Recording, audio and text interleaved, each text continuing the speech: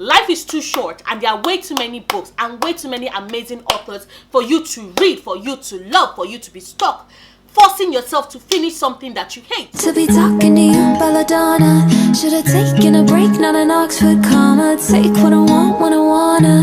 Hello everybody, Nora back again. So the very first tip I have is the oldie but goodie, which is for you to reread a favorite. Now, this has worked for me and as well for countless people. What I usually do is that I rotate my favorites, right? Although technically there are certain books I turn to, but if it is that for my last reading slump I picked up Nevernight or God's Grave as my favorite. The next time I'm in a reading slump, and I say the next time because I do go through stretches of reading slump and like reading a lot of books and then going back to not wanting to read at all. So maybe the last time I read Nevernight or God's Grave, another time I'm probably going to read Seven Husbands of Evelyn Hugo, another time I will maybe read Akamath, another time I might read one of the Harry Potter books, then another time I'll read the Raven Cycle or Illuminate. Yes, I just read Illuminate. It has become one of my favorites, and so that is technically what I do. I do think that rereading favorites they introduce you, or rather you get another glimpse into this magical, beautiful, mythical world that you fell in love with, and you meet these characters, and the banter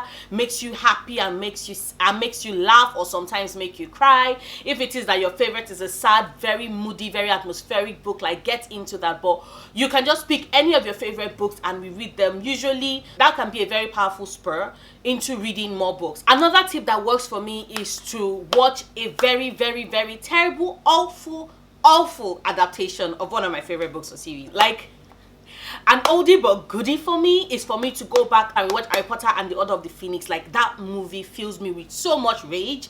Every damn time I finish watching it, I'm like, this is a disaster. And then I go and read the book, and I'm like, see, this is what I was meant to have been given. I was never given. I know I have a very good friend who rewatches the Percy Jackson movies. Like, she's like, this is hot fire garbage, and if this does not get me to go back and read the Percy Jackson series, then I don't know what is. And I think it's important for us to stress, because a lot of people forget that a reading slump is just you're not reading. It doesn't necessarily mean that you're not reading the books on your TBR, right? And if it is that watching a terrible adaptation gets you to reread gets you to reread the book of which the adaptation had made such a mess of, then you're reading. So far as you're reading, it works perfectly well. A third suggestion is to have a friend recommend you a book that they like. At the beginning of the year, I was in a very terrible reading slump. I blame it on the fact that I read over like 20 big books in December, and also January was when I decided I was going to start my reread of the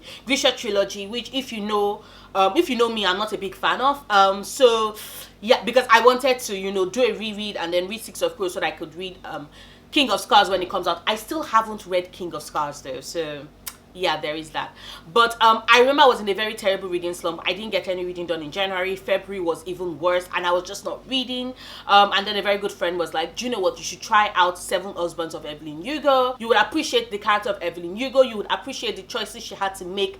She's someone that you would really, really love to read about on page. So I'm like, okay, fine. I bought the book. They were right. I absolutely, completely, 100% loved it. Like, absolutely loved it. It's the same thing with a friend recommending that I should try out Illuminate by J. Christopher and Amy Kaufman. I'm like, okay. Just because I was dilly-dallying with like books, and I was not reading any books, like much books this month. Like, the NEWT are ending next week, people, and I still I've not read half of the books I'm meant to read, and I'm also participating in a mythathon, and I've only read 2 of those books. Like, I'm just a friend was like, read Illuminate, which was one of the books I chose for, read a friend's favorite. I read it, I loved it. I want to binge read like all the books on my TBR now. Like, that is how much it feels like. There's something about knowing that there are so many more amazing, brilliant, fantastic characters to meet and dazzling worlds to discover in books, and realizing that there's so much of them around, and you just have to you might just stumble upon them if you keep reading. It inspires me to read. So you can talk to a friend. Please make it be a friend whose reading tastes are pretty similar to yours, because sometimes, like, I've gotten book rec from friends that I did not enjoy. right?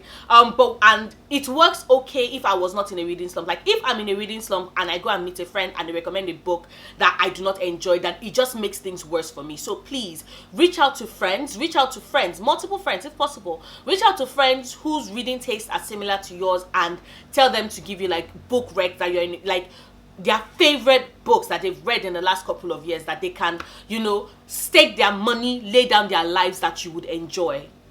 Or if not lay down their lives, they should at least reimburse you by, I don't know, treating you and taking you out to lunch. I know I have actually bullied my friends into treating me and like buying me stuff if it is that I'm going through a very terrible reading month and they recommend me something horrible and I'm like, how could you put me through that? How could you give me so much pain? You have to make it up to me. Buy me food. Yeah. Food and books are the way to my heart. So I usually just take my payment in food or book. Like either way, I don't discriminate. So it works for me. Something else that also works is to read a book in a genre that is different from the ones you commonly read. Like for me, for example, I read a lot of YA fantasy. Like I read a lot of fantasy, but I read a lot of YA fantasy and some adult fantasy. Fantasy is my jam. It's been my jam since the very first set of books I read as a child when I was about 6, 7 were fantasy, and I stuck with that. I'm a big fan of fantasy. But then occasionally I read the occasional contemporary, the occasional romance, a very few sci-fi books. So usually when I'm in a reading slump, I just try something else out. There was yet another reading slump I got into. It was pretty short. It was pretty short because immediately it started, I reached out to a friend. I was like, okay, give me some romance books. Like prior to me reaching out, I had not read romance in almost 4 or 5 years. So it was definitely a genre I had not gone back to. So I reached out to my friend, that's B over at Bookish Prices, and they were like, oh, you could try out the Reluctant Royal series by Alyssa Cole, and I bought that. Thankfully, I had some Audible credits. I think I had like about 6 Audible credits, 6 or 7, because I was in a reading slump. I was not even buying audiobooks. I had no interest in them, but I had like 6 or 7 Audible credits, and they were like, oh, try out Reluctant Royal series by Alyssa Cole. You would love them. And I read the first book and I was like, fuck. So I bought every single one of the books in the series, all 5 of them. Yes, because there are 5. There are 3 main novels. There are 3 main novels and 2 novellas. I bought all 5 books in the series and I binged them in like 5 days on audio. Like I did nothing. I was just reading those books. So it's just trying out a book in a different genre always works. Of course, it also helps if it is that this book in another genre is something that you have friends that love it, because if, for example, horror is not your jam, and you try out a horror book that is not a good horror book, it just might, 1, it might further worsen your reading slump, but 2, it might also totally and completely put you off books in that genre. So I don't recommend that. Like, try out a book in another genre, but also ensure that you get recommendations. Like, okay, so I'm looking for I want to try out sci-fi. Like, put out a tweet, reach out to your friends, could you recommend some sci-fi books I could try out? Like, friends help. Friends always help in helping us read more books and get out of reading slumps. Like, can you tell I have a very, very deep appreciation for all things friendship? Because I do. Something else you can do is to read a comic or a graphic novel or a manga or a manhwa or a manhwa or a webtoon. Yes, those are totally, like, manga is different from manhwa, is different from manhwa, is different from webtoon. I know, it's kind of like, huh? But trust me, they are different. But anyway, those work in pretty episodic format. So I think it works wonders if it is, or even a short story. What works is the fact that you get this feeling of accomplishments for reading. Like, even if it is that all you finish is 1 volume of a manga, right? And it's pretty short, you've still read something. That feeling of accomplishment is what you use to propel yourself into getting more reading done. And if it is that you hit that beautiful stretch of a manga or a comic or a manhwa or whatever, that you're really, really enjoying the world and enjoying the stories, and you just keep reading and reading and reading. Before you know it, you're still reading. You're looking for more of those. You're looking for more volumes of that particular manga. You're looking for more comics about that particular character. Take, for example, there was a period when I was in a very bad reading slump, and then I read one issue. I think I read Batwoman Elegy, and I was just like, oh my god, I love this new reiteration of Kate Kane. So I went looking for all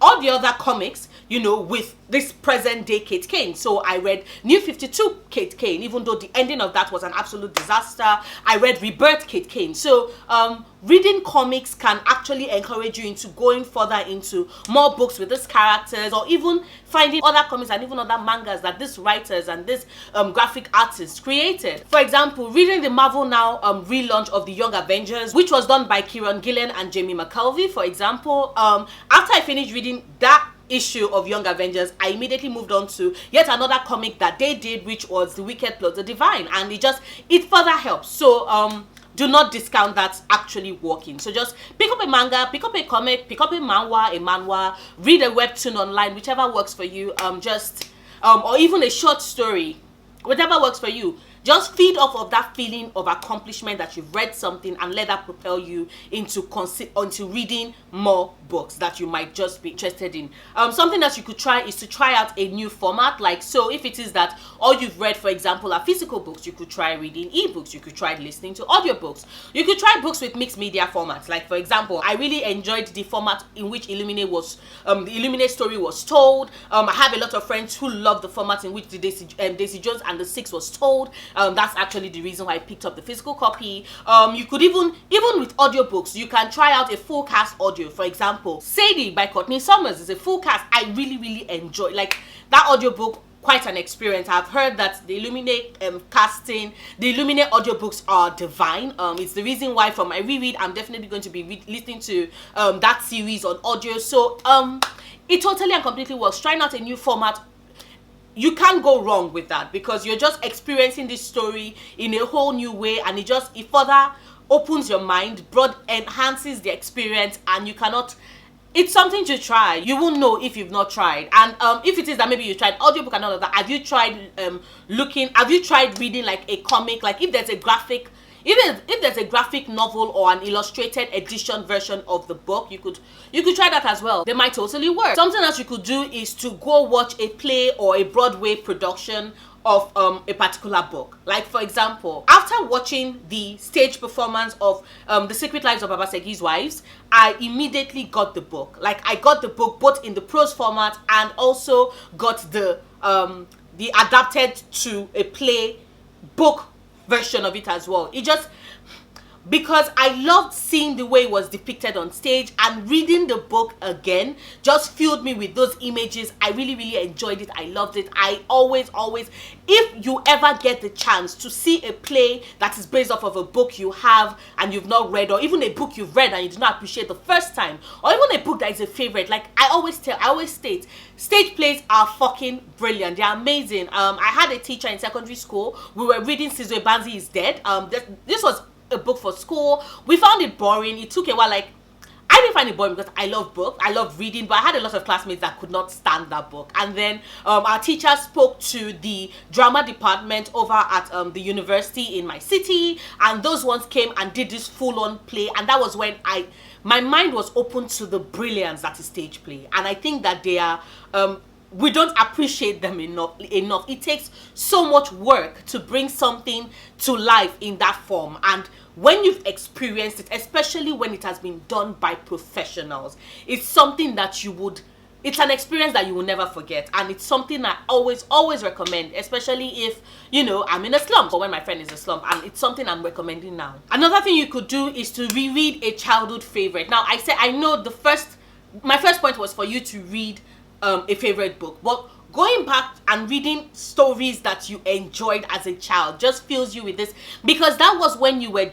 especially if it is that you read as a child, right? That was when you were developing your love for reading. That was when you realized that words could be magical. That is when you realized that books could be an escape, that they could be companions, they could be best friends, they could hold your deepest secrets, they could be filled with laughter and joy and tears and so much heartache and heartbreak. And whether you read them when you were like in primary school, or you read them when you were a teenager, like, they are just books you read from your childhood that have this indelible mark on your soul, and you never forget them. There are times when I've had a reading slump and I just went back and I reread like the old Sabrina books, Sabrina the Teenage Witch books, those ones that were based off of Melissa Joel Hart's Sabrina. Like, I love those books. I had them, I bought them, I was collecting them. I lent them to a couple of friends in school and they never return them back. So my library is vastly depleted, but every single time I go back home, I go visit my mom, I look at those books and I read them. I actually have plans to go and get them so that I can have them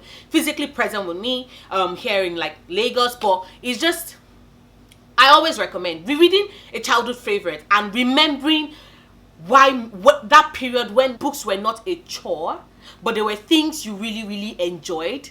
There were things that there were stories that always blew your mind. There were things that took your breath away.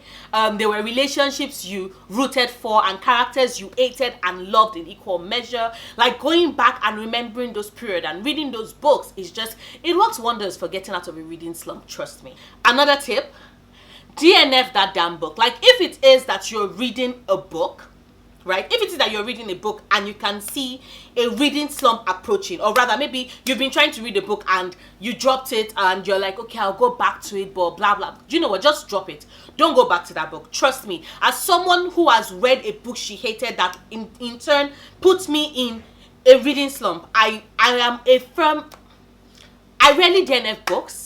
But I've reached this stage in my life where if I'm reading a book and I can feel a reading slump approaching, no book is worth it. Like, I am dropping that bitch.